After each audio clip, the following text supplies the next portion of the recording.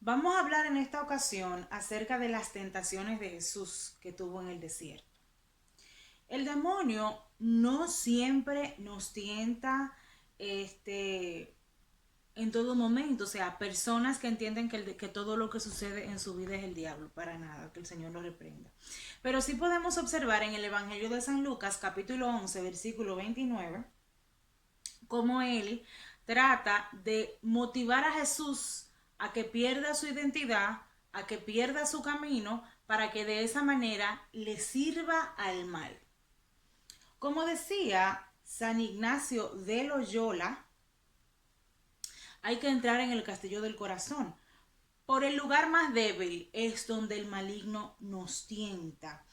Hay que tomarse tiempo cada noche para poder examinarnos en lo espiritual. Entonces, para poder distinguir si nosotros tenemos en ese momento de debilidad tentaciones o pruebas, tomando en cuenta que tenemos imperfecciones y que no debemos tomar falsos caminos. No hay que esquivar estos temas, porque lamentablemente solo se está hablando del amor de Dios, y aún en Cuaresma la gente solo quiere enfocarse en la parte de que el Señor nos perdona, pero a lo mejor de sacrificio no nos damos cuenta que tenemos que empezar el camino de la penitencia para poder llegar a un bien mayor.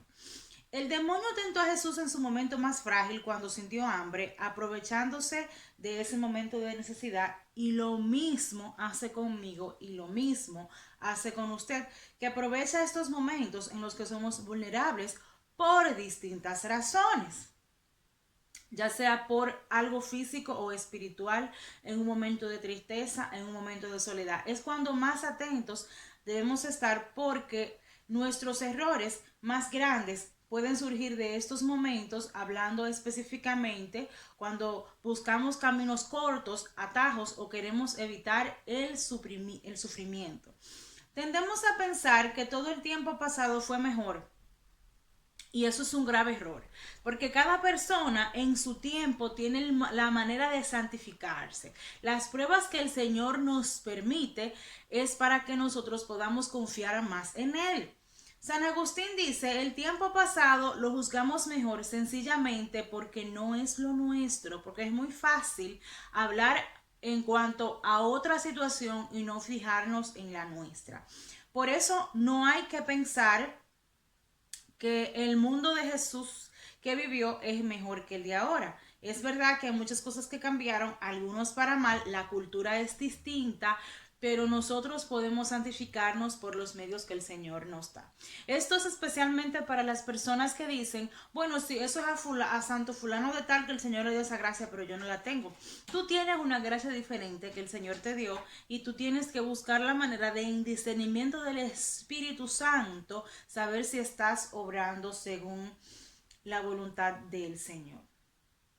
Entonces, Jesús siempre nos está incentivando a que seamos mejores personas, no solo en el ámbito espiritual, sino en el ámbito emocional. Porque todas estas personas que están buscando atajos y no quieren pasar por el desierto, por lo general son egoístas. Y nosotros tenemos que enseñarle a los demás también a sufrir con paciencia, que esto es lo que se ha perdido mucho en este tiempo. Entonces, hay muchos signos que nosotros perdemos que pueden ser para nuestra santificación. Como por ejemplo, cuando nos insultan, dependiendo de cómo yo reaccione, me voy a dar cuenta si yo tengo un nivel de espiritualidad alto, y eso denota en mi manera de yo perdonar a la otra persona, de yo comprenderlo y de esa manera acogerlo con amor.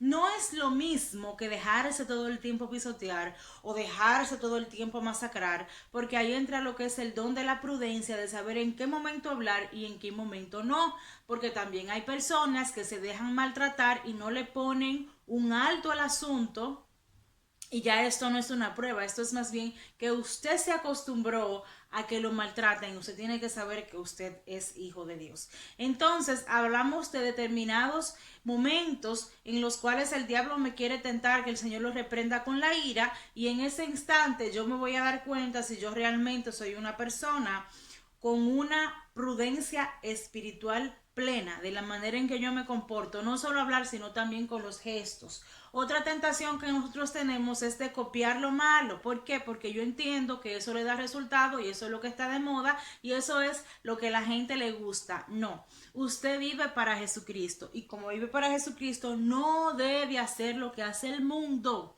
especialmente ahora que han normalizado lo de la hipersexualización, lo de la sensualidad, lo de lo sexy. El católico no usa esas palabras. Usted no tiene que ser sexy, ni sensual, ni mucho menos erótico, porque eso es satánico, así mismo. Porque la gente quiere enmascarar una cosa con la otra. Lo normal no es lo que el mundo quiere. Lo normal para usted debe ser sacrificar su cuerpo para que su alma dentro de usted pueda ser santificada. También podemos ver en estas tentaciones del desierto que él dice no solo de pan vive el hombre. Ahí vamos a hacer alusión a lo que es la gula, que la gente, hay un grupo de personas que solo está pendiente en comer y desde que se desayunan están pendientes de lo que van a almorzar o están pendientes de lo que van a cenar. Y recuerden que nosotros no vivimos solo para el estómago. De igual manera, cuando el diablo le dice que si te postras delante de mí te voy a dar todo el reino. Esto es importante en el sentido de que nosotros estamos muy influenciados pensando que estar bendecido es ser rico y eso no es así. Estar bendecido es tener paz en su corazón. Estar bendecido es demostrar la nobleza de espíritu que el Señor le da, donde el mismo Jesucristo dice, sean mansos y humildes de corazón como lo soy yo. Entonces, es bueno cambiar este concepto por la cantidad de personas que vienen a preguntarme a mí que si ellos no han hecho brujería porque tienen problema económico, que si ellos no han todo el tiempo han sido fieles a Dios porque tienen problemas económicos, yo le preguntaría, ¿y usted está buscando a Dios para que lo haga rico? O sea, como podemos ver que el diablo es el que le está ofreciendo a Jesucristo que el Señor lo ate riqueza, poder y le está ofreciendo fama. Y yo le pregunto a usted, a toda esa gente que me dice, ¿y por qué yo toda la vida he buscado de Dios y tengo problemas económicos y estoy en miseria? No, el católico no está en miseria. Puede ser que usted no tenga dinero para comprarse un avión o puede ser que usted no tenga dinero para viajar el mundo, pero el Señor no permitirá que usted pase hambre o que no tenga dinero para comprarse un medicamento. Entonces, vamos a tener cuidado con esa parte de que pensamos que solamente porque yo soy cristiano yo voy a tener suficiente dinero para yo comprar lo que yo quiera. Evidentemente que no es de llegar al nivel de que usted cuando vaya a un restaurante o una tienda siempre tenga que buscar lo más barato porque el dinero no le da. Eso es una exageración. Hasta ahí no podemos llegar. Pero eso de estar reclamándole a Dios que usted no tenga dinero, tenga mucho cuidado con eso porque Dios sopesa nuestros corazones y de igual manera no quiere que su alma se pierda. Entonces, no es pensar en dinero y pensar en comida y pensar todo el tiempo que yo me voy a acomodar. Es la salvación de mi alma. Eso es lo que importa. Eso es lo que vale. Y las cuentas que yo vaya a dar al Señor en el momento de mi juicio particular. Que el Señor nos dé a todos nosotros una sana y santa intención.